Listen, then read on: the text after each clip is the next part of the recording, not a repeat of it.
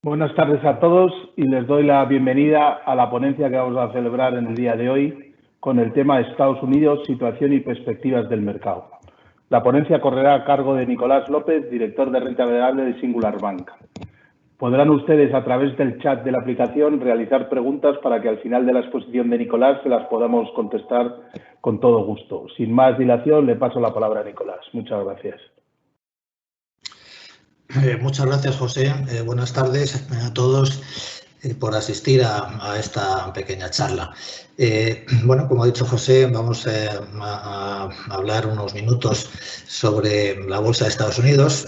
Bueno, es un tema muy amplio, entonces, para acotarlo un poco, lo que voy a hacer básicamente es dar unas pinceladas sobre el tema de la valoración, cómo está la bolsa americana en este momento, posible precio objetivo, es decir, posible rentabilidad que se puede esperar de la bolsa americana, y después he pensado pues, hacer como una disección del SP500, ¿no? Es decir, ver un poco cómo es la distribución sectorial del índice de la bolsa americana y ver cuáles son los valores principales, ¿no? que hay por cada sector.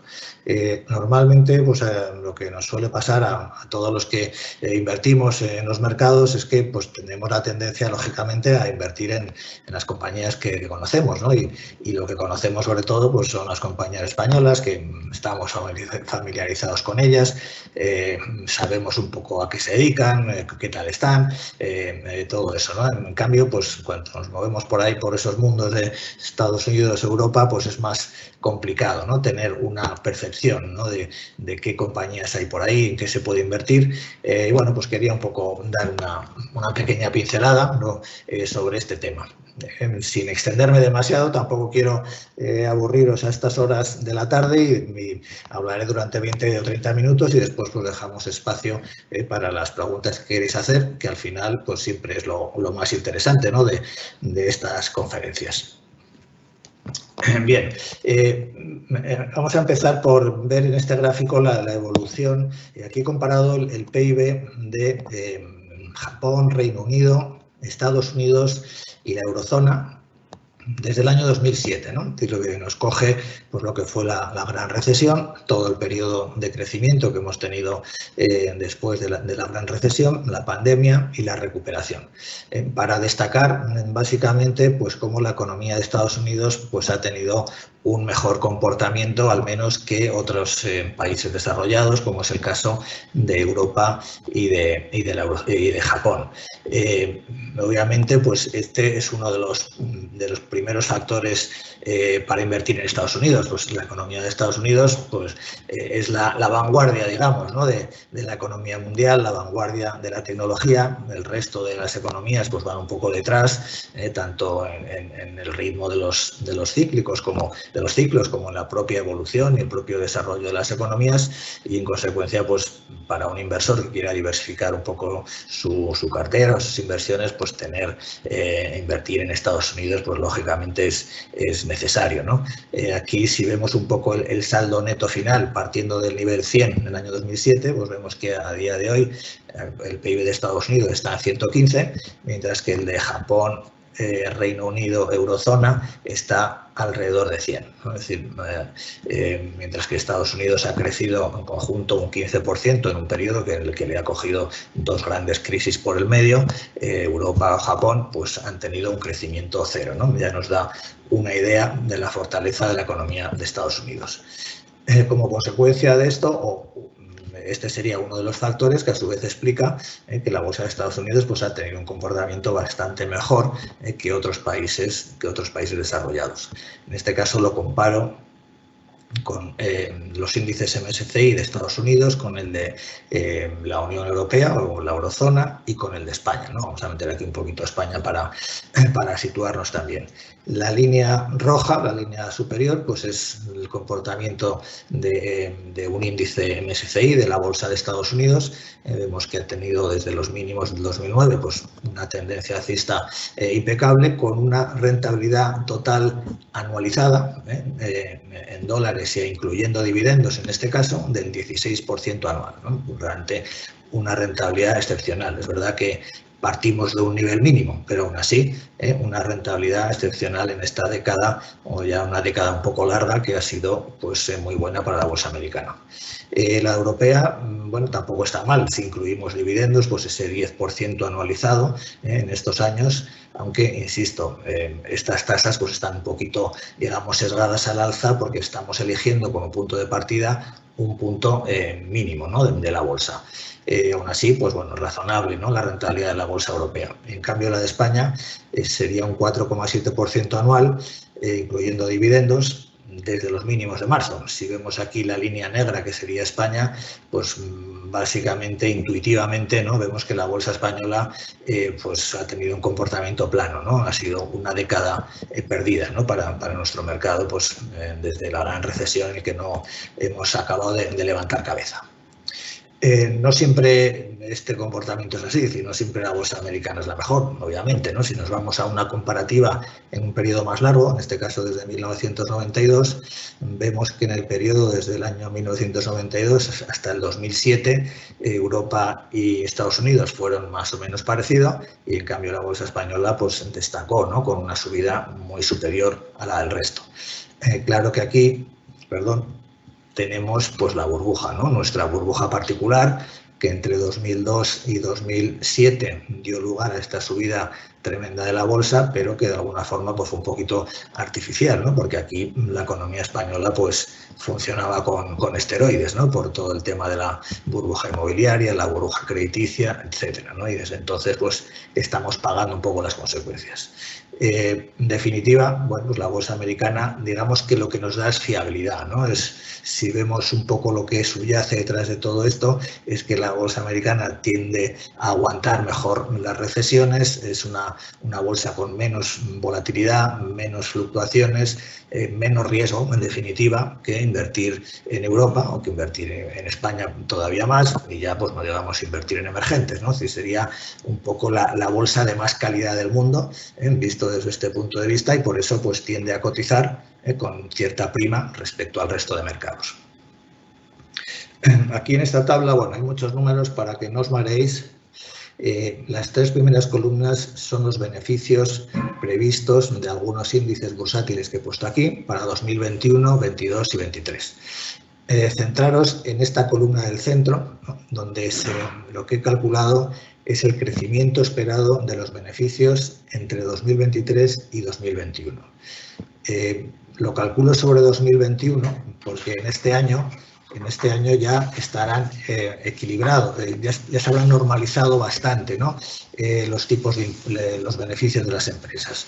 Es decir, estamos calculando cuánto van a crecer los beneficios ya sobre unos beneficios que se han recuperado, por así decirlo, de la crisis, ¿no? ¿Qué es lo que vemos? Pues tasas de crecimiento importantes, ¿no? El acumulado entre 2022 y 2023, pues el S&P 500, sus beneficios van a crecer un 28%, el Stoxx 600 de Europa lo mismo, el Nasdaq un 40%, es decir, más o menos 25-28% de crecimiento de beneficios tanto en Estados Unidos como en Europa, incluso más en el caso de España, pero aquí pues porque partimos de unos niveles más bajos, ¿no?, y no estamos recuperados del todo.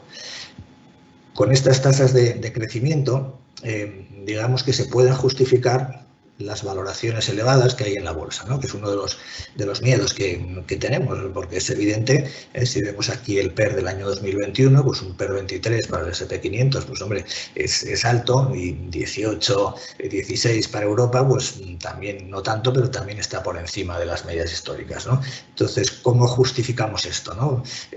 Pues lo justificamos por dos motivos. Por un lado, porque los tipos de interés están bajos, pero también, muy importante, yo creo que en este momento casi lo más importante, porque se esperan crecimientos muy significativos de los beneficios tanto en 2022 como en 2023, además de los de 2021.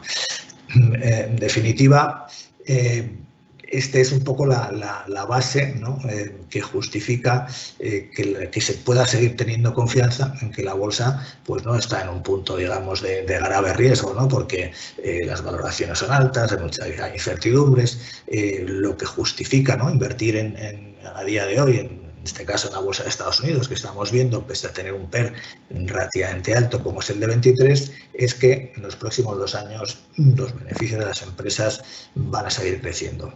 Al menos, pues eso es lo que proyectan los analistas y las propias compañías, que al final son quienes dan a los analistas pues su visión de cómo va el negocio. Partiendo de esas previsiones de beneficios, pues este es un gráfico que ya suelo poner, ¿no?, habitualmente, para visualizar, ¿no?, visualizar cómo puede evolucionar, en este caso, el S&P 500 en los próximos 2 años. La línea negra es la línea del beneficio de las empresas del S&P 500. Aquí tenemos la gran caída, ¿no?, de la pandemia y cómo en Estados Unidos los beneficios ya han recuperado el nivel que tenían antes de la pandemia.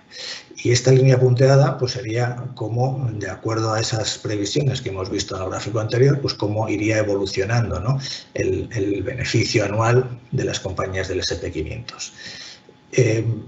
Aquí pues hacemos un cálculo sencillito, es decir, bueno, pues con este beneficio esperado dentro de, aquí arriba, pues dentro de 2 años, si le aplico un PER de 20, que consideramos que es un PER razonable, pues nos sale un objetivo para el S&P 500 dentro de 2 años, pues sobre 4.440 puntos.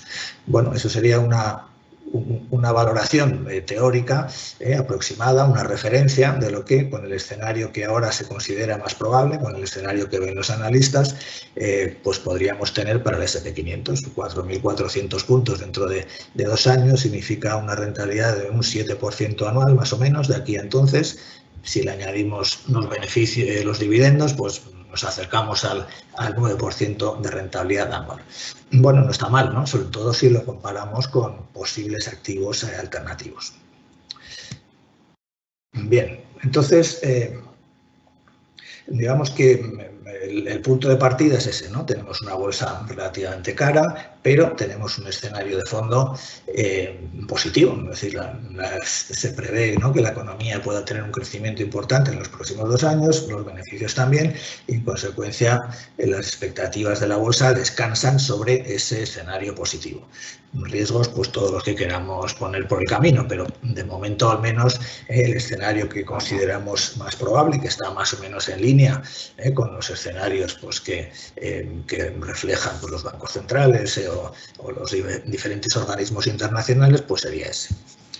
Bueno, entonces ahora vamos a echar un vistazo a lo que hay, ¿no?, en el S&P 500. Aquí, primero para que os hagáis una idea, ¿no?, de hasta qué punto la bolsa de Estados Unidos es importante, ¿no?, en el escenario de la inversión mundial, que supone el 57% de su valor de mercado, es el 57% de la capitalización total de todas las bolsas, ¿no?, que se incluyen en el MSCI.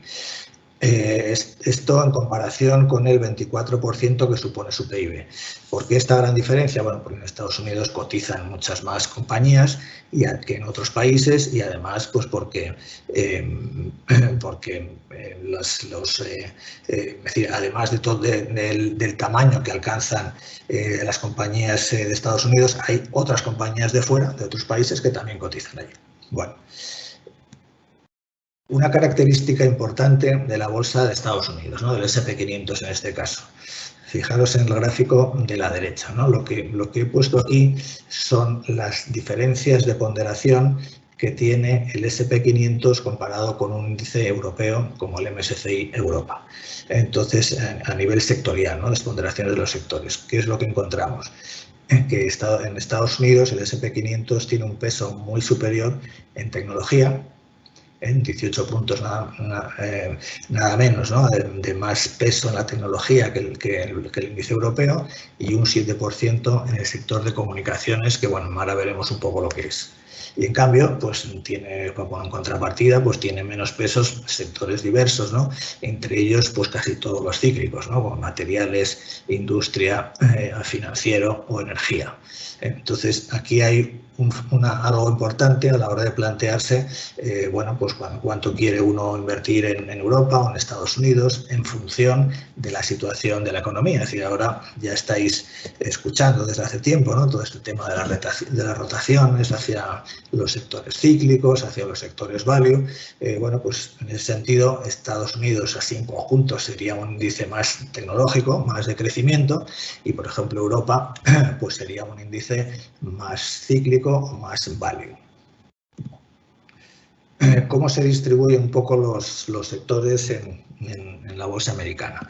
Bueno, no quiero ser demasiado exhaustivo, ¿no?, pero sí dar una pincelada de las características de los sectores, ¿no? Aquí en esta primera tabla he puesto lo que consideramos sectores defensivos y de crecimiento, por estar un poco, por enlazarlo, ¿no?, esto con la cuestión esta de la subida de los tipos de interés que perjudica y beneficia a determinados sectores, y con la rotación que está habiendo en el mercado.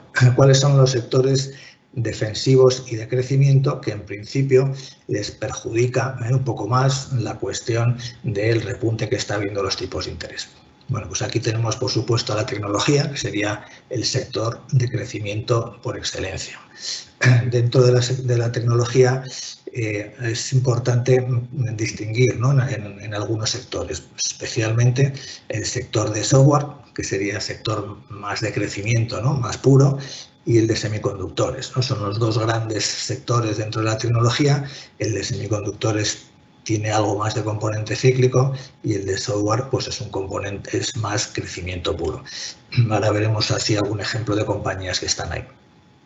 El sector de salud en principio es un sector defensivo, ¿no?, en el sentido de que el gasto en salud pues se supone que es bastante constante en el tiempo, así que no cambia mucho porque haya una recesión en la economía, y en consecuencia pues se supone que es un sector pues de crecimiento más lento a largo plazo, pero al que no le afectan demasiado las crisis. En un momento como ahora, ¿no?, en el que los inversores buscan un poquito más de movimiento, un poquito más de recuperación cíclica, pues es de los sectores que en principio no están teniendo el favor de los inversores. Dentro del sector salud podemos distinguir entre dos categorías, ¿no?, lo que son las farmacéuticas puras y lo que son compañías fabricantes de equipamiento hospitalario, que quizás en este momento pues se están comportando un poquito mejor.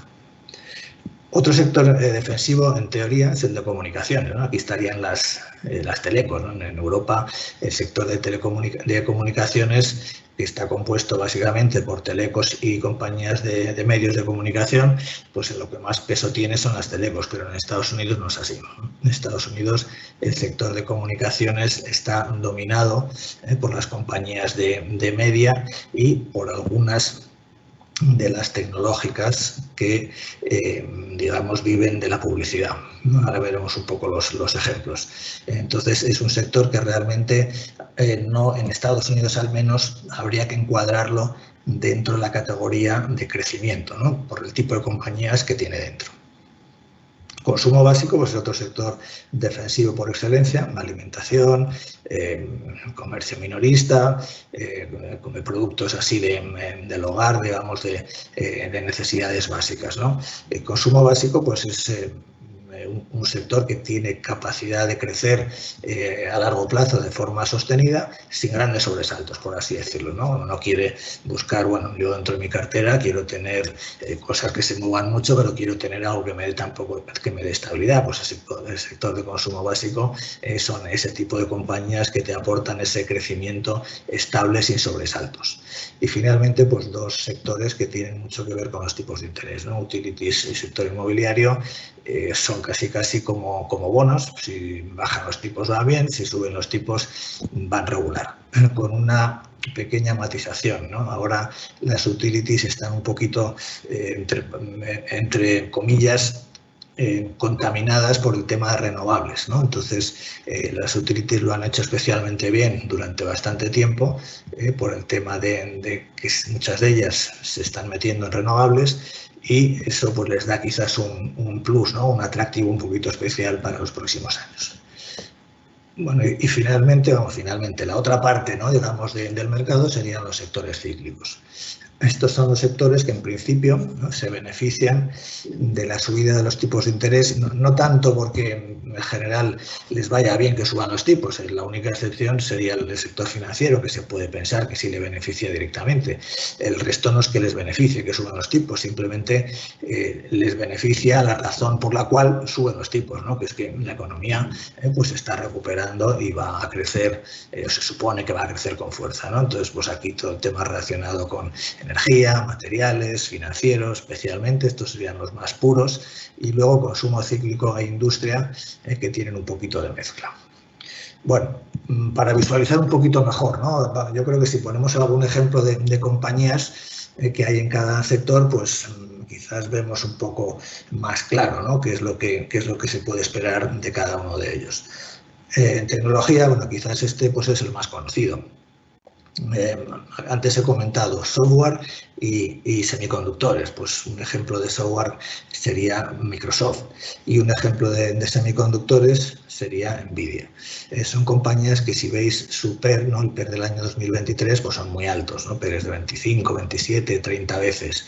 Pero a su vez, pues esto se justifica con expectativas de crecimiento de los ingresos en los próximos años, pues el 7, el 11, el 14%. Es decir, compañías típicas de crecimiento con valoraciones elevadas. Mientras que en el caso de la salud, pues lo que encontramos es un poquito casi lo contrario, ¿no?, niveles de PER 9, 11, 14, pero a su vez pues pocas expectativas de crecimiento para los próximos años. Esto no quiere decir que necesariamente sea mejor invertir en tecnología que en salud, porque lógicamente esas expectativas de crecimiento están compensadas con el que el precio sea más barato, pero en principio pues sí está claro que la tecnología parece que va a seguir siendo en los próximos años uno de los sectores pues atractivos, ¿no?, más allá de las dificultades que pueda estar teniendo en este momento. Un ejemplo de la diferencia que hay entre lo que es una compañía de software de crecimiento más constante, como es Microsoft, con una de semiconductores, como es Nvidia, ¿no?, que tiene, como decía antes, un componente más cíclico. Las dos suben mucho, incluso Nvidia mucho más, pero el problema de una compañía de semiconductores es que a veces, cuando hay una desaceleración económica, tienen correcciones muy fuertes, ¿no? Es decir, mezclan ese componente de crecimiento a largo plazo con un componente cíclico importante cuando hay alguna corrección. En consecuencia, pues a la hora de valorar el riesgo que uno quiere asumir en las carteras, pues esto pues hay que tenerlo en cuenta. Salud, pues Pfizer sería un ejemplo. Lo que vemos en las compañías de salud, pues es que desde hace 4 o 5 años parece que al menos las grandes farmacéuticas han perdido un poco capacidad de crecimiento, ¿no? Es como si la irrupción, por un lado, de las compañías de biotecnología, que son las que encuentran, ¿no?, nuevos fármacos atractivos, y con la competencia de los genéricos, ha dejado a las compañías de farma un poquito ahí en un stand-by, por así decirlo. En consumo cíclico, teóricamente un sector cíclico, pero en Estados Unidos también dominado por compañías de crecimiento. Amazon o Nike o McDonald's, pues, son ejemplos de compañías que en teoría son cíclicas, porque su negocio pues tiene cierta sensibilidad al ciclo, pero que sus modelos de negocio están tan enfocados al crecimiento. Por ejemplo, en el caso de McDonald's, a base de ir abriendo nuevos establecimientos por todo el mundo, pues consigue mantener un crecimiento estable a largo plazo. Y en cambio, el sector financiero pues es de los sectores value puros, por así decir, de los baratos. No están tan baratos como en Europa, pero aún así, pues PERs de 10, de 11, de 9, pues no se encuentran desde luego en otros sectores en Estados Unidos. Y además con el atractivo un poco diferencial, pues que en Estados Unidos tienes toda la banca de inversión que de alguna forma se defiende bastante mejor, ¿no?, que los bancos europeos en este entorno de tipos muy bajos. Un ejemplo de de una compañía, digamos, de crecimiento sostenido, como es McDonald's. No es una tecnológica, no es una compañía que haga nada que no hiciera ya hace 50 o 60 años cuando se fundó, pero, como he dicho, pues a base de ir abriendo tiendas por todo el mundo, pues sigue teniendo una tendencia estable, ¿no?, de crecimiento, con unas revalorizaciones pues realmente sostenidas, ¿no?, importantes a largo plazo. En cambio, pues un JP Morgan o un banco, que es un valor cíclico, pues tiene estas, aunque su tendencia a largo plazo pues también es interesante, pero las crisis pues le afectan mucho, ¿no? Los bancos son negocios pues muy sensibles, ¿no?, a las crisis de la economía, y aquí vemos un poco las consecuencias, ¿no?, de cada vez que hay una recesión, pues la cotización lo sufre enormemente. El sector de comunicaciones, como decía antes, en Estados Unidos no está dominado por las telecos, sino, por un lado, por compañías de medios, por así decirlo, como puede ser Netflix o Walt Disney, producción, digamos, de contenidos para medios, y por otro lado, pues están aquí gigantes como Alphabet y Facebook, que no son realmente o exactamente comunicación, pero que sí son compañías que viven de la publicidad y que de alguna forma se asocian, ¿no?, a este sector. Entonces, también compañías con PERs muy elevados y con expectativas de crecimiento muy fuertes. Y el sector industria, bueno, no voy a hacer mucha mención a él porque es un sector tan diverso que me ha costado encontrar un argumento así para resumirlo, por así decirlo, ¿no? Quizás destacar aquí como compañía típica industrial en Estados Unidos, pues el caso de Honeywell, un conglomerado industrial, o Caterpillar, pues el fabricante, ¿no?, de maquinaria para la construcción. Es interesante ver, ¿no?, en el caso de las compañías de comunicación, la comparativa entre Netflix y Walt Disney, ¿no?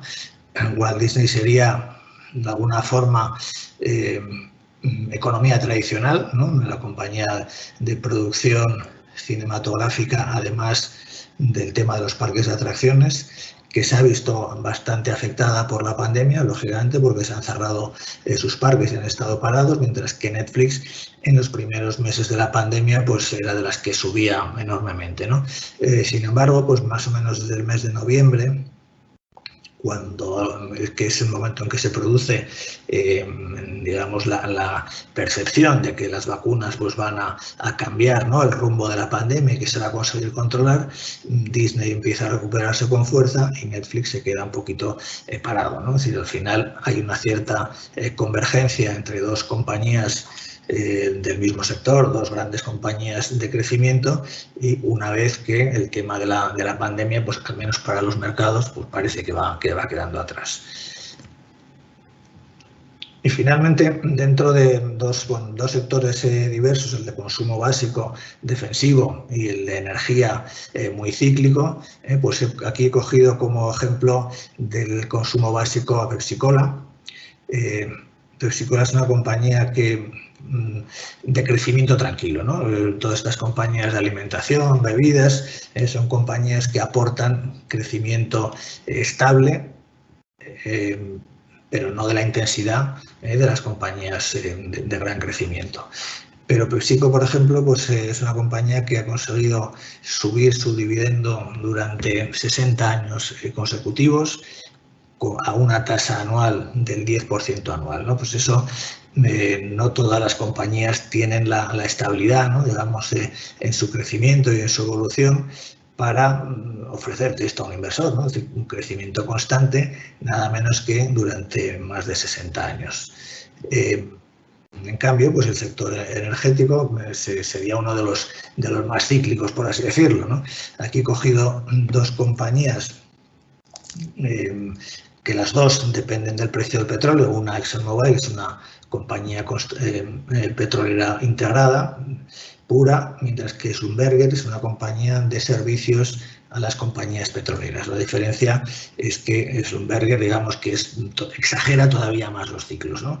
Las petroleras integradas se defienden un poco mejor porque tienen diversos negocios, ¿no?, que se compensan un poquito entre sí, mientras que las compañías de servicios, pues cada vez que hay una crisis en el petróleo, pues lo sufren mucho más. Pero las dos podrían ser vías para aprovechar, ¿no?, el ciclo este que tenemos ahora a favor, ¿no?, en el sector del petróleo.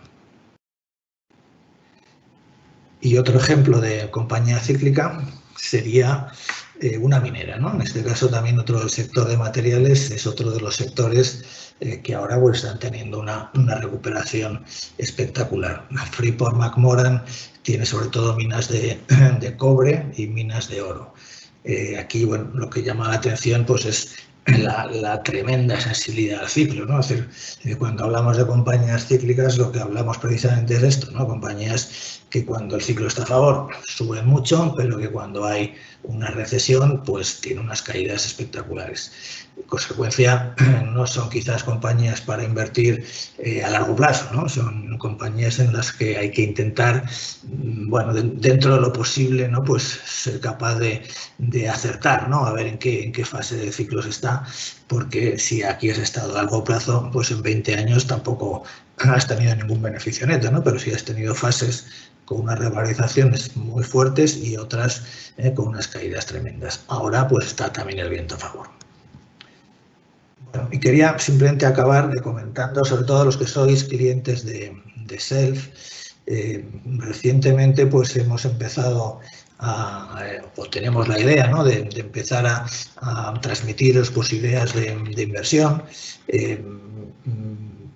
No exactamente, o sea, sobre todo dar información, ¿no?, sobre cosas que están pasando en el mercado y que a nosotros nos parecen que pueden dar lugar a una oportunidad de inversión y ofrecer vías para aprovechar esa idea, ¿no? Hace una semana, por ejemplo, lanzamos esta relacionada con el precio del petróleo, en el que, bueno, a raíz, ¿no?, de las expectativas de que el precio del crudo se estabilice en niveles pues altos, ¿no?, que como se está manejando ahora, en torno a 70, 60, 70, 75 dólares, son niveles del precio del crudo muy atractivos para determinadas compañías y en consecuencia pues ofrecemos, ¿no?, aquí una vía de intentar aprovechar esta idea de inversión. Mencionábamos dos compañías, una Devon Energy, que es una compañía norteamericana que opera en el shale, ¿no?, en el petróleo de esquisto este famoso, que hay en Estados Unidos. Es la compañía más eficiente con diferencia del sector y con niveles del petróleo por encima de 50, 60 dólares, pues es una compañía muy rentable. Otra posibilidad que mencionábamos, el caso de Royal Dutch, en este caso, pues una petrolera integrada europea, digamos una petrolera más convencional, pero que también pues en este entorno, ¿no?, de subidas del precio lo estaba haciendo muy bien. O otra tercera opción, pues simplemente a través de un ETF, ¿no? Si no te quieres asumir el riesgo, ¿no?, de una compañía que, bueno, puedes acertar o puede ir mejor o peor, pues se puede jugar la posibilidad de invertir en el sector del petróleo a través de un ETF, ¿no? Bueno, en principio la idea que tenemos es de una forma un poco regular, pues poco a poco ir ofreciendo este tipo de ideas para aquellos inversores que invertís un poco por vuestra cuenta y que vais buscando así oportunidades, poderos transmitir, ¿no?, las opiniones que tenemos sobre determinadas oportunidades. Bueno, pues lo voy a dejar aquí porque si no, no voy a dejar tiempo para las preguntas. Cualquier cosa que queráis comentar, pues, de la bolsa americana o de cualquier otra cuestión que esté un poco de actualidad ahora mismo en los mercados, pues encantado de intentar ayudaros. Así que abrimos los micrófonos y si tenéis cualquier pregunta, pues intento contestarla. Muy bien, Nicolás, muchísimas gracias por la exposición y empezamos con el turno de preguntas. Nos preguntan, ¿qué diferencia hay, si es que las hay, entre el Nasdaq en marzo del 2000 y el Nasdaq a día de hoy? No sé si lo he entendido bien, perdona, entre el Nasdaq... El Nasdaq en marzo del año 2000 y, sí, el Nasdaq a día de hoy, en un año, vamos. Sí. Bien, pues bueno, efectivamente...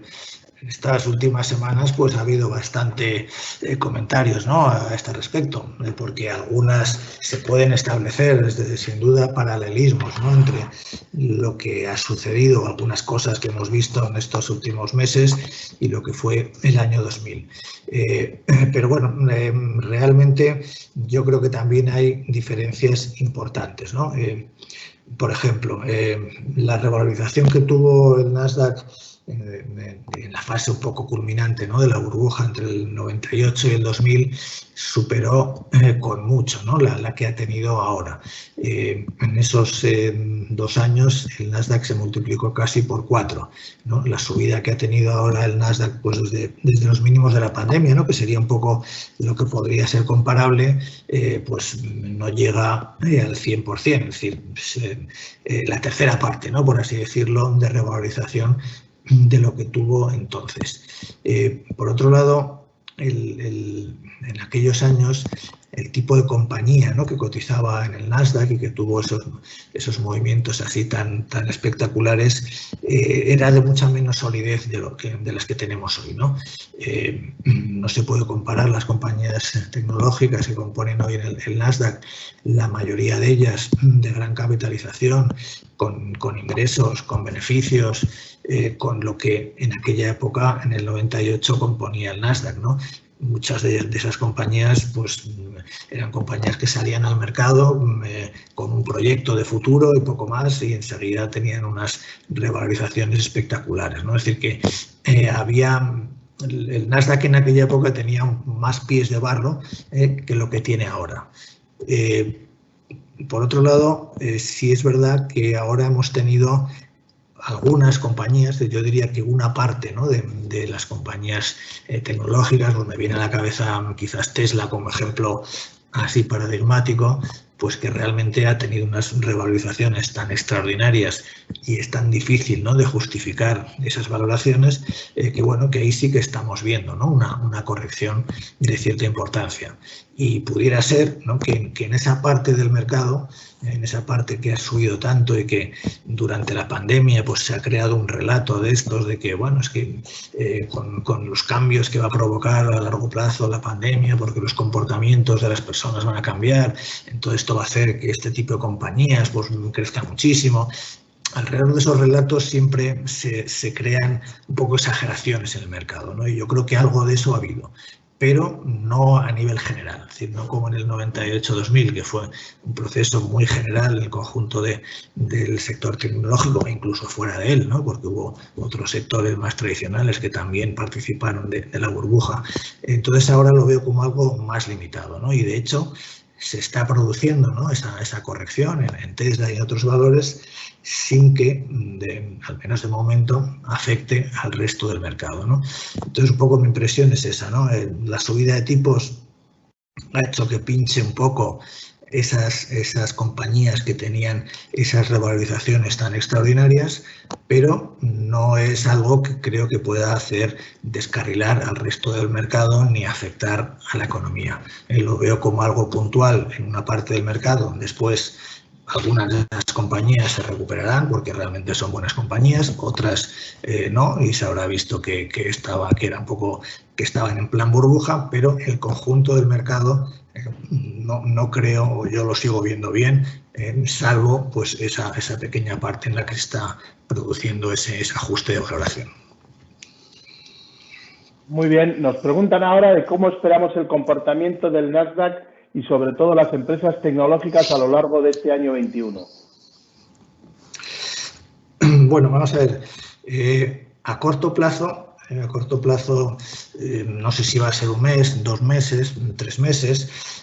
Yo creo que esta situación que estamos viendo de rotaciones sectoriales, de mejor comportamiento o de peor comportamiento a lo mejor del Nasdaq que de otros sectores más cíclicos, yo creo que puede continuar. Y puede continuar, en mi opinión, hasta que se vea hasta dónde va a llegar el repunte de los tipos de interés, ¿no? Creo que ese es uno de los factores ahora un poquito clave en el mercado, porque ya estamos viendo que a la Reserva Federal parece que no le importa mucho, ¿no?, que se produzca ese repunte en los tipos largos, porque consideran que es algo normal, teniendo en cuenta las expectativas de crecimiento que tiene la economía de Estados Unidos y teniendo en cuenta todas las políticas de estímulos que se van a hacer. Entonces, aunque en principio pues lo que se piensa es que los tipos allí pueden repuntar, me refiero al 10 años, ¿no? En Estados Unidos, pues que puede repuntar quizás al 2%, no sé, sería un poquito quizás el pronóstico más general, a lo mejor, pero a lo mejor se va un poco más, se van al 2,5%, es decir, hasta que no se vea un poco dónde para, ¿no? este proceso, yo creo que el Nasdaq en general va a estar, yo lo veo más bien en tono de consolidación, ¿no?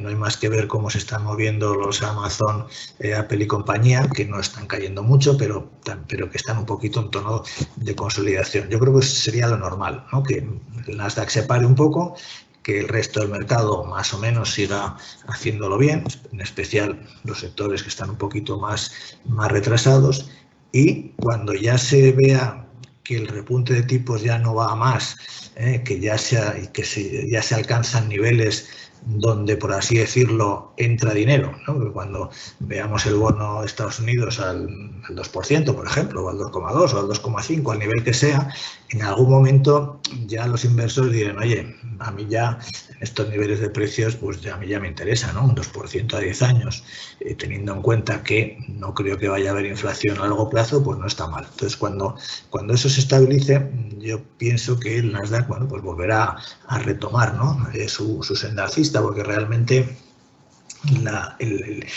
yo sigo creyendo, ¿no? en el crecimiento del sector tecnológico, del sector de energías renovables, de todos estos sectores que ahora están sufriendo una corrección en el corto plazo.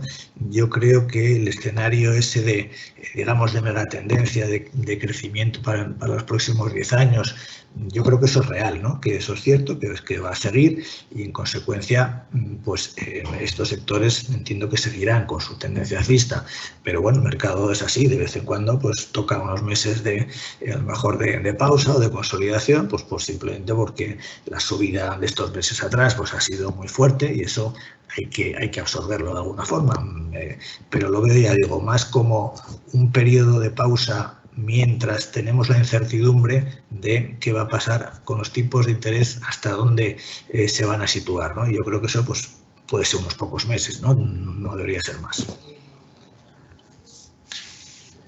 En relación con eso, Nicolás, nos preguntaban un poco qué expectativas de crecimiento de beneficio por acción estimábamos para el Standard & Poor's 500 y para el stock europeo 600 en este año 2021.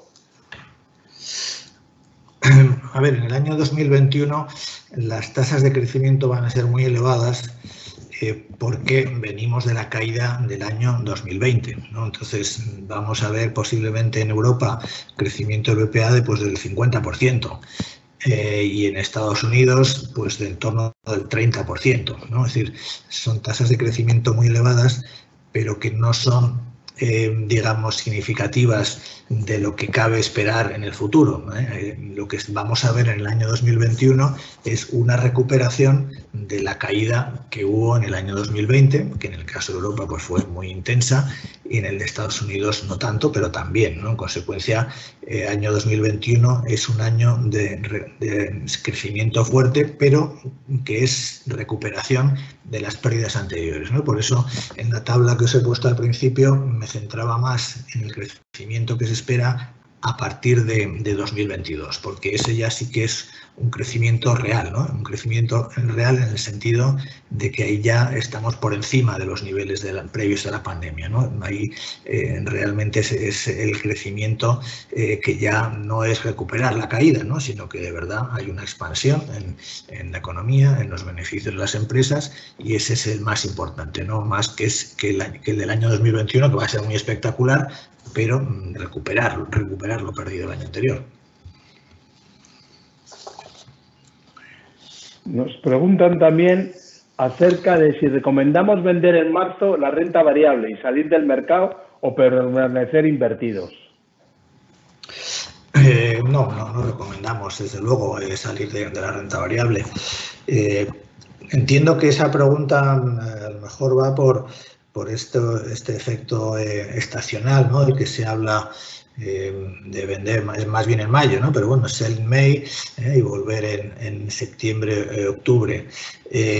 En general, bueno, vamos a ver, una cosa es un inversor que tiene estrategias de trading, de moverse en el corto plazo y que dice, bueno, pues yo ahora voy a vender, ahora voy a comprar. Bueno, eso es muy respetable, pero no lo haría así a ciegas, es decir, bueno, voy a vender en marzo o en mayo porque es el periodo en el que estacionalmente pues se obtiene, ha quedado atrás, ¿no? La mejor fase del año. No nos guiamos por ese tipo de argumentos y además yo creo que en este año no habría motivos, ¿no? para esperar una evolución a peor de los mercados, ¿no? a partir de la primavera. El único argumento pues, podría ser que haya una decepción con el control de la pandemia, pero bueno, es algo que ahora mismo nosotros no prevemos o no podemos prever, ¿no? Más bien nuestro escenario base es que el tema de las vacunas pues, va a ser exitoso. La duda es si va a ser un poco antes, un poco después, en función del ritmo de vacunación, en función de la producción, ¿no? de las farmacéuticas, pero en general no vemos ningún motivo para, al menos ahora, al menos en este momento, para tender a disminuir la exposición a renta variable así en los próximos meses. Bien, nos preguntan un poco también en relación al aumento de los tipos de interés hasta el 2,5% y de la inflación, que si podrían hacer caer las empresas tecnológicas americanas y frenar su expansión. Sí, más o menos pues he comentado este tema antes, ¿no? Es un tema importante, pero ya digo que yo en principio no veo que este tema del repunte de los tipos de interés vaya a ir lo suficientemente lejos como para provocar pues realmente una caída severa, ¿no? en las compañías tecnológicas. O sea, yo creo que una caída importante de las bolsas en este momento solo sería posible si la economía pincha. Pero que los tipos de interés suban al 2 o al 2,5% realmente no, para mí, ¿no? Vamos, pienso que no es motivo que pueda hacer descarrilar de una forma severa, ¿no? el comportamiento de las acciones. Si alguna compañía tecnológica baja mucho por este repunte de los tipos, no será por el repunte en sí, será porque estaba demasiado inflada y no tenía sentido su valoración. Pero eso no es el caso, desde luego, de la mayoría de las compañías tecnológicas, ¿no? Siempre puede haber, ya he comentado antes, compañías que quizás se han exagerado un poco sus expectativas y han tenido esa subida un poquito irracional y ahora pues les toca corregir. Pero así el conjunto del Nasdaq no. Y porque los tipos vayan a subir del 1,5 al 2 o al 2,5, tampoco. Claro, si a eso le unieras que la economía, por la razón que sea, pues porque no controlamos la pandemia o alguna otra razón ahora impredecible, pues resulta que entra la recesión, bueno, pues obviamente eso ya sería un escenario diferente, pero no es un escenario que consideramos ahora en este momento. Para entender un poco, para valorar el tema de los tipos, ¿no? Antes han preguntado por el año 98-2000. Bueno, en el año 98-2000 los tipos de interés del bono a 10 años en Estados Unidos llegaron al 6,8%.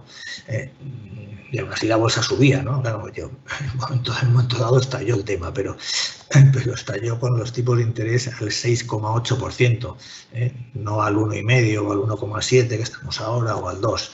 Entonces, la cuestión sería plantearse, bueno, ¿realmente qué motivos hay para que los tipos de interés ahora suban, digamos, no sé, al 3,5, 4? Que esos sí serían niveles que seguramente podrían comprometer, ¿no? Un poco al mercado. Yo realmente no los veo, ¿no? Porque aunque es verdad que la inflación en los próximos meses va a subir bastante, va a ser simplemente un efecto puntual de comparación, ¿no? De efecto base, porque vamos a empezar a comparar, por ejemplo, los precios del petróleo de hoy, que están a $70 el barril, con los del mes de marzo del año pasado, que fue cuando el Brent se fue a $15 y el y Texas también, es decir, cuando los mínimos del petróleo estuvieron a 15, a 20, 25 dólares, pues ahora marzo, abril, al hacer esa comparación, pues las tasas de inflación van a subir mucho, ¿no? Se habla de un posible un 4% en Estados Unidos, pero eso es algo irreal, ¿no? Porque eso va a durar pues 4 o 5 meses hasta que la comparativa ya no se haga con esos precios tan bajos, sino con otros precios de los niveles actuales. Si nos fijamos en esas tasas de inflación que van a subir mucho, en la inflación subyacente, pues en principio nos esperan grandes tensiones. 1,5 están en Estados Unidos, 2, o sea, todo lo que sea inflación en ese entorno del 2% por debajo no justifica una subida de los tipos de interés más allá de esos niveles del 2-2,5%, ¿no? Yo creo que ese es el escenario más probable y en consecuencia ese escenario no debería provocar grandes tensiones en las bolsas.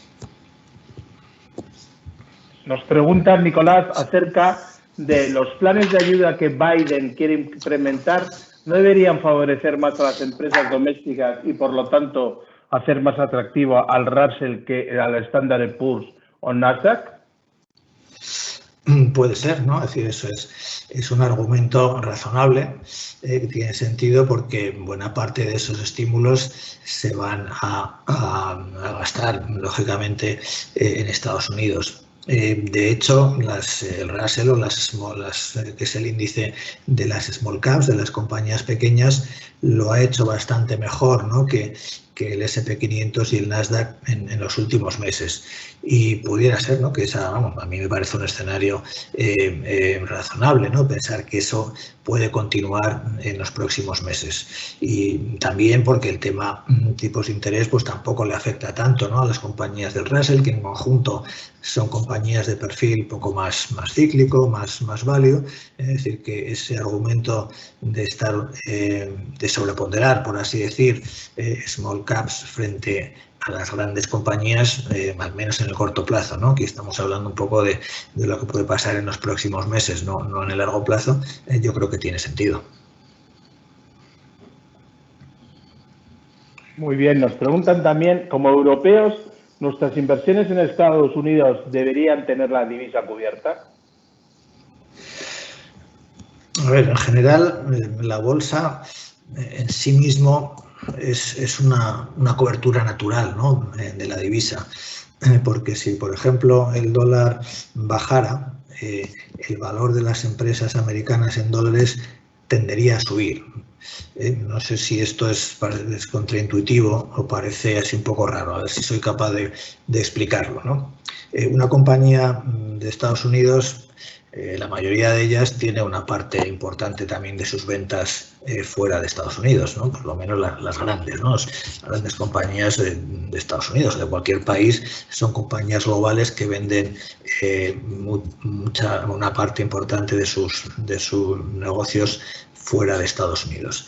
En consecuencia, si el dólar baja, al traducir sus ventas en el exterior, en unas divisas que se han apreciado, al traducirlas a dólares, sus beneficios suben, por así decirlo, en dólares. Entonces, aunque el dólar baje, pues una cosa compensa la otra, ¿no? Es decir, no es que sea una compensación matemática y exacta, pero sí hay un poco ese efecto, que los movimientos de la divisa no son tan importantes para las bolsas, al menos en los países desarrollados, ¿no? Otra cosa es en emergentes. Entonces, en principio, como norma general, nosotros creemos que es mejor cuando un europeo invierte, español, pues invierte en la bolsa americana, no cubrir la divisa, ¿no? Y simplemente asumir que el tipo de cambio forma parte, ¿no?, del paquete completo, ¿no?, y que no se va a ver perjudicado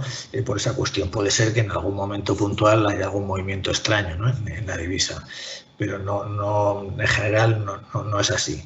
Ahora, por ejemplo, el dólar en el corto plazo pues vuelve a estar más bien fuerte, ¿no? Vuelve a estar relativamente fuerte precisamente porque la subida de los tipos de interés en Estados Unidos está siendo bastante más intensa que en Europa y eso en principio es un factor a favor, ¿no? A favor del dólar frente a otras divisas. En ese sentido, pues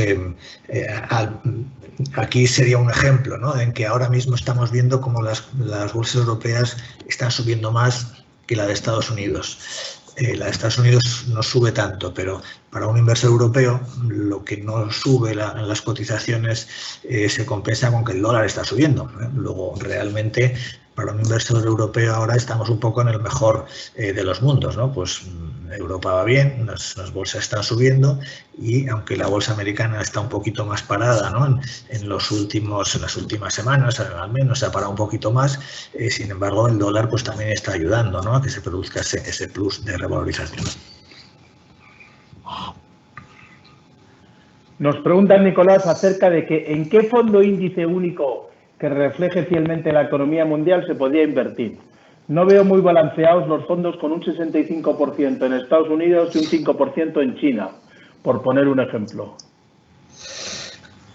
Bueno, efectivamente, si el objetivo es invertir en algo que tenga los pesos que tienen los PIBs, ¿no? en la economía, pues esos índices globales que replican luego los fondos o los ETFs, pues no tienen esas características, ¿no? Al principio hemos visto, ¿no? Aquí he puesto el desglose del MSCI All Countries. En este tiene Estados Unidos tiene un 57%. China, no recuerdo ahora, pues puede ser un 6 o un 7%. Es evidente que Estados Unidos está sobre representado, puesto que su PIB solo es el 25%. Pero los índices MSCI o estos índices globales no se construyen en función del tamaño del PIB de cada país, sino en función de la capitalización de las compañías, en consecuencia del valor de las bolsas, por así decirlo, ¿no?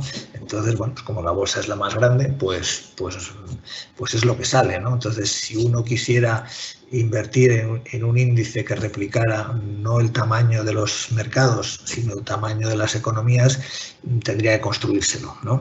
No existe eso, ¿no? En consecuencia, pues bueno, al menos que yo sepa, ¿no? No sé, a lo mejor me lo pongo de tarea investigar este tema, ¿no? A ver si alguien ha construido por ahí un ETF o un índice que esté más ajustado a los tamaños de la economía que a los de los mercados, pero yo de momento lo desconozco, ¿no? Entonces, pues uno tendría que construírselo. O puedes, por ejemplo, yo voy a invertir, me cojo una lista, ¿no? de los pesos de los PIBs en el mundo. Pues mira, Estados Unidos es el 25, pues China, no sé, el 20, pues la eurozona el 15, en fin, me saco la lista y me invierto en un ETF de cada uno de esas áreas geográficas o de esos países en la proporción correspondiente, ¿no? Pero lo tendría que hacer yo, ¿no? De una manera un poquito artesanal, porque no creo que haya un fondo construido, ¿no? Que de forma automática uno invierta de esa forma. Nos preguntan en relación con los fondos tecnológicos si pensamos que se van a recuperar a corto plazo de las últimas caídas que han tenido. Yo pienso que sí. Lo que no sé es a corto plazo exactamente lo que significa, ¿no? Si me preguntas mañana o la semana que viene, pues no lo sé sinceramente. Pero sí creo que a medio plazo, medio y largo plazo, la tecnología va a seguir siendo pues uno de los sectores de crecimiento de la economía mundial. Para mí eso es indudable. Y creo que esta fase que estamos teniendo ahora, ¿no? de este mejor comportamiento cíclico, yo creo que es transitoria. De hecho, siempre suele ser así. Estos movimientos así cíclicos en los que estos sectores suben más que el mercado se suelen producir durante una fase determinada que es el inicio, ¿no? de un ciclo de crecimiento, y pues eso puede durar unos meses, un año, dependiendo un poco, ¿no? de cómo sea el ciclo, de cómo sea el movimiento, pero no se va a mantener. Es decir, si a mí me preguntan, bueno, vamos a ver, ¿usted qué cree que va a subir más, los bancos o las tecnológicas? Y digo, pues hombre, a lo mejor así a muy corto plazo, pues mientras el bono ahí siga tirando, pues a lo mejor sube un poco más los bancos en el corto plazo. Ahora, si yo tengo que invertir a 1 año, a 2, a 5, a 10 años vista, pues también tengo clarísimo que el sector bancario pues no es un sector de crecimiento y no va a dar una rentabilidad excepcional, y sin embargo en general pues sectores como el de tecnología, energías renovables u otros, sí que estoy seguro, en fin, seguro entre comillas, de que van a dar una buena rentabilidad, ¿no?, en los próximos años. Nos preguntan acerca ahora de cuáles son nuestras expectativas para los small y los mid cap del Russell 2000. Sí, ya hemos comentado un poco antes, ¿no? Yo creo que en el corto plazo pues forman parte de esos segmentos del mercado que se benefician de este escenario, digamos, reflacionista en el que estamos, ¿no? Este escenario en el que estamos pasando de unos niveles de inflación y de tipos de interés muy deprimidos por la grave crisis, ¿no?, que hemos pasado, que estamos todavía ahí intentando salir de ella, y en consecuencia en las small caps, que también habían caído mucho durante la pandemia, pues ahora forman parte de esos activos que se están revalorizando bien, ¿no?, que están recuperando esas caídas, y donde los inversores están buscando, ¿no?, ese momentum en el corto plazo. En consecuencia, pues de momento las small caps yo las veo bien. ¿Qué prefieres? Nos pregunta por aquí Nicolás, ¿qué nos recomendarías? ¿Invertir en value o en grow? ¿Grandes o pequeñas? A ver,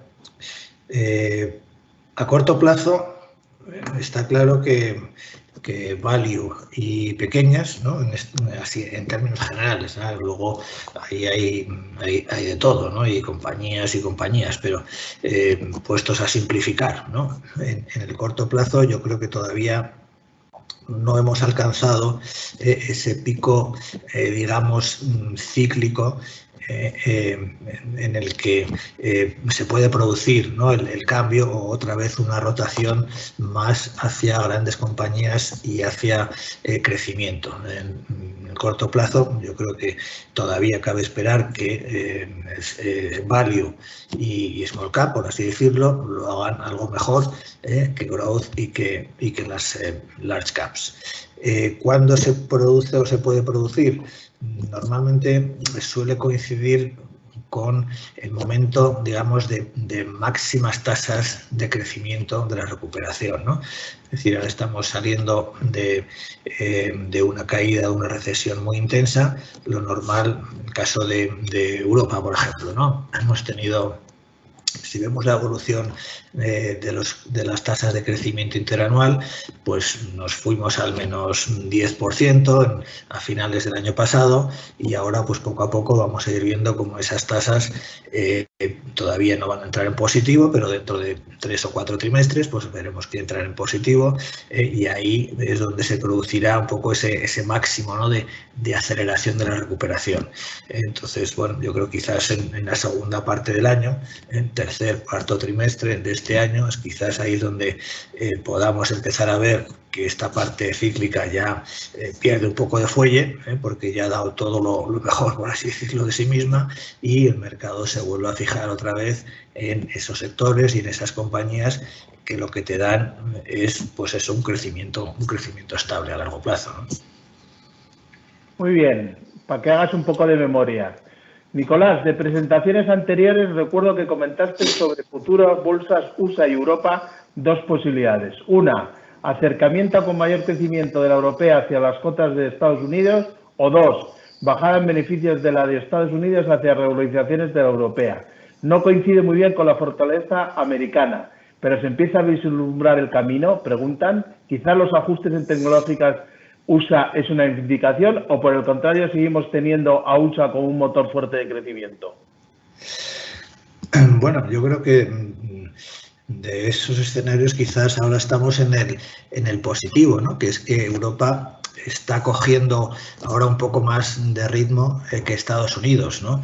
Es decir, en ese movimiento divergente que tuvimos antes de la pandemia, que había momentos en los que la bolsa americana subía mucho y Europa se quedaba atrás y bajaba, yo creo que se está resolviendo por un cierto movimiento, ¿no?, digamos, de recuperación de Europa respecto a Estados Unidos. Es decir, no, de eso el escenario que puede pasar, que Estados Unidos baja hasta donde estaba Europa abajo o que Europa intenta acercarse al alza hacia Estados Unidos.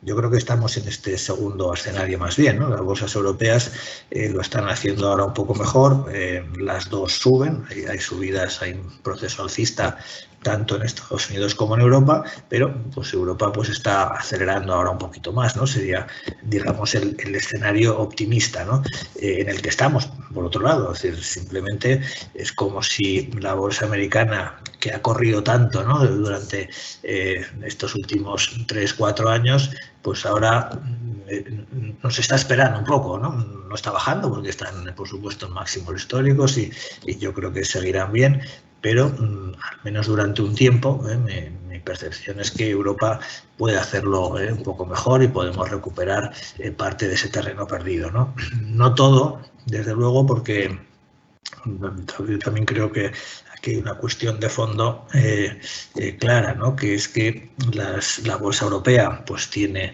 unas compañías de sectores que no son tan de crecimiento como Estados Unidos, ¿no? Entonces, a largo plazo, pues quizás si tuviera que apostar a largo plazo, pues pienso que a lo mejor la bolsa americana va a seguir haciéndolo algo mejor que la europea, pero eso no quita para que durante un tiempo, no sé si puede ser unos meses o si puede ser 2 o 3 años, durante un tiempo pues la bolsa europea ahora mismo pues tiene un poco aspecto de que está en ese proceso de recuperar parte, ¿no?, de ese terreno perdido en años anteriores.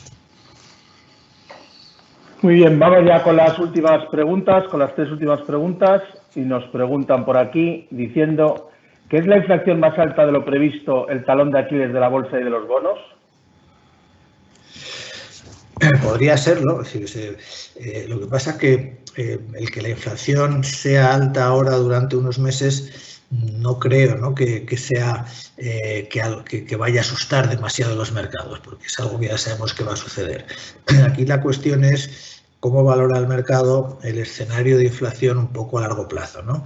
Es decir, este escenario, este intento, ¿no?, de los bancos centrales y de los gobiernos de crear inflación, porque venimos de un escenario de inflación demasiado baja, que no es buena para el crecimiento de la economía, pues claro, este intento de impulsar la recuperación de la economía con déficit fiscal, con compras de bonos, es decir, con muchos estímulos, bueno, pues ahí podría haber el riesgo de que a medio plazo pues acabase generando un escenario de inflación y eso pues pudiera llegar a ser, ¿no?, un problema para los mercados. Pero yo creo que eso, si se produce, va a ser un poco bastante a largo plazo, porque ahora mismo con las economías convalecientes de esta crisis enorme, con unos niveles de desempleo todavía muy elevados en todos los países, pensar que vamos a entrar en un proceso de inflación no parece muy razonable, ¿no? Ahora bien, la cuestión es luego, dentro de mejor de 2 o 3 años, si la economía ya empieza a coger ritmo y si nos vamos acercando a una situación de pleno empleo, cómo se produce, digamos, la desescalada, ¿no?, por así decirlo, ¿no?, de estas políticas de estímulos. Si ahí lo que pueda haber ese riesgo, ¿no?, de que a lo mejor los gobiernos o los bancos centrales no se atrevan a cortar demasiado pronto todo eso y eso acabe generando una situación de exceso de crecimiento, de exceso de sobrecalentamiento de la economía y que acabe generando inflación. Ese sería un posible escenario, digamos, pesimista, pero no para el año que viene ni para dentro de 2 o 3 años, en mi opinión, un poquito más lejano en el tiempo. Otro escenario posible sería quizás el contrario, es decir, bueno, dentro de 2 años los bancos centrales dicen, bueno, ya la economía va bien, pues hay que empezar a subir los tipos de interés, claro, porque si no los subimos va a acabar habiendo inflación. Entonces, pues empiezan a subir los tipos de interés y la economía no lo aguanta y pinchan, ¿no? Sería un poco los dos extremos, ¿no? De lo que pudiera pasar dentro de 3, 4 años, no sé exactamente el timing, ¿no? Que nos pasemos de querer seguir impulsando la economía y que entonces acabe habiendo inflación, o que nos pasemos de miedo y que a ver si va a haber inflación y frenemos la economía y entonces haya una crisis. Pero bueno, pues eso son cosas que hay que ir afrontando sobre la marcha, ¿no? Yo de momento ahora no veo ninguno de los dos riesgos para los próximos 2 años al menos, ¿no? Entonces no veo que en los próximos 2 años pueda haber un escenario inflacionista, ni tampoco que vaya a haber una recesión. Entonces, en teoría, pues bueno, pues nosotros el escenario que vemos para los próximos 2 años está bastante despejado. No quiere decir que no haya riesgos, pero está relativamente despejado. Nos preguntan que cuando hablamos de la eurozona, si estamos considerando dentro de ella Reino Unido o no. Y si es que no, ¿que dónde se sitúa Reino Unido? Reino Unido está ahí al otro lado del Canal de la Mancha. No, el Reino Unido no está en la eurozona, nunca ha estado, ¿no? Porque la eurozona la componen los países que adoptaron el euro como divisa. Entonces, la eurozona, el Reino Unido pertenecía a la Unión Europea, ¿no? Pues de hecho era uno de los países fundadores, hasta que recientemente, pues con el Brexit, han salido de la Unión Europea, pero no está dentro de la eurozona. Entonces, el Reino Unido, pues ahora mismo, pues es un país pues sin más, no está en ningún sitio. Simplemente si hacemos áreas geográficas, podríamos integrarlo dentro de la Unión Europea, pero no de la eurozona, ¿no? Por ejemplo, en los índices MSCI, pues existe un índice MSCI Europa que incluye pues a todos los países desarrollados de la Unión Europea. Eso incluye, por ejemplo, a Reino Unido y a Suiza, que son 2 mercados muy importantes en Europa, junto al resto a los países de la eurozona. Pero luego también existe un MSCI de la eurozona, ¿no? Específico. Entonces ahí no está Reino Unido, ni está Suiza, ni están, bueno, pues todos los demás países que, aunque pertenecen a la Unión Europea, no tienen el euro y no están en la eurozona. Bien, nos preguntan ahora acerca, ¿cómo ve Volkswagen en las perspectivas del BEV? ¿Puede ser de competitividad respecto a de Tesla, perdón? Bueno, la verdad es que Volkswagen está así en estos últimos días, ¿no?, siendo generador de noticias.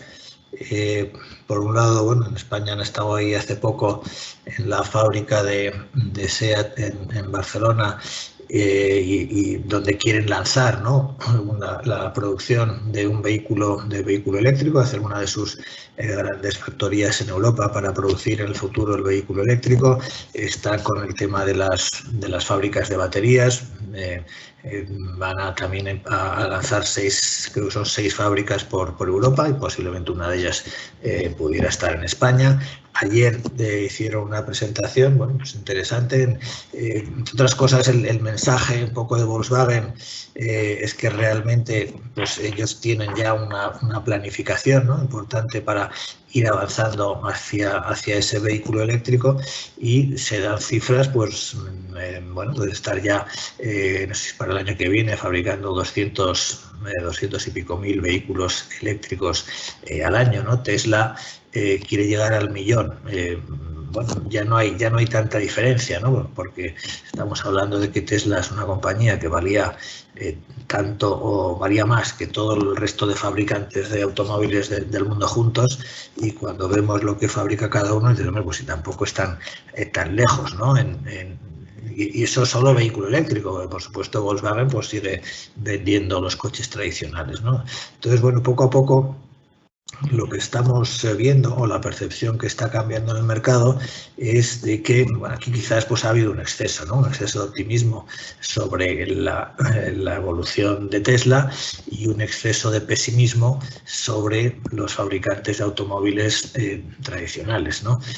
Volkswagen, pues la verdad es que está subiendo mucho últimamente. Todo el sector automóvil es uno de los sectores, digamos, value o cíclicos fuertes, en particular la bolsa europea. Es un sector importante y bueno, yo creo que es de los sectores ahora mismo más atractivos. Y Volkswagen, bueno, Volkswagen, Daimler, yo me iría desde luego más a los fabricantes alemanes. Creo que tecnológicamente pues van un poquito por delante, ¿no? En este también proceso de transformación a largo plazo, ¿no? de sus modelos hacia el vehículo eléctrico. En el caso de Volkswagen, pues la verdad es que quizás sé que va un poquito más por delante de los demás. Muy bien, pues hasta aquí la conferencia. Hay varios mensajes, Nicolás, que te hago llegar felicitándote por tus respuestas y por la presentación. Muchísimas gracias a todos ustedes y lo único recordarles que en el mismo chat donde han podido hacer las preguntas tienen una pequeña encuesta que si las rellenan nos ayudarán para mejorar en las próximas conferencias. Buenas tardes a todos. Pues gracias, José, y muy buenas tardes a todos por asistir a la charla.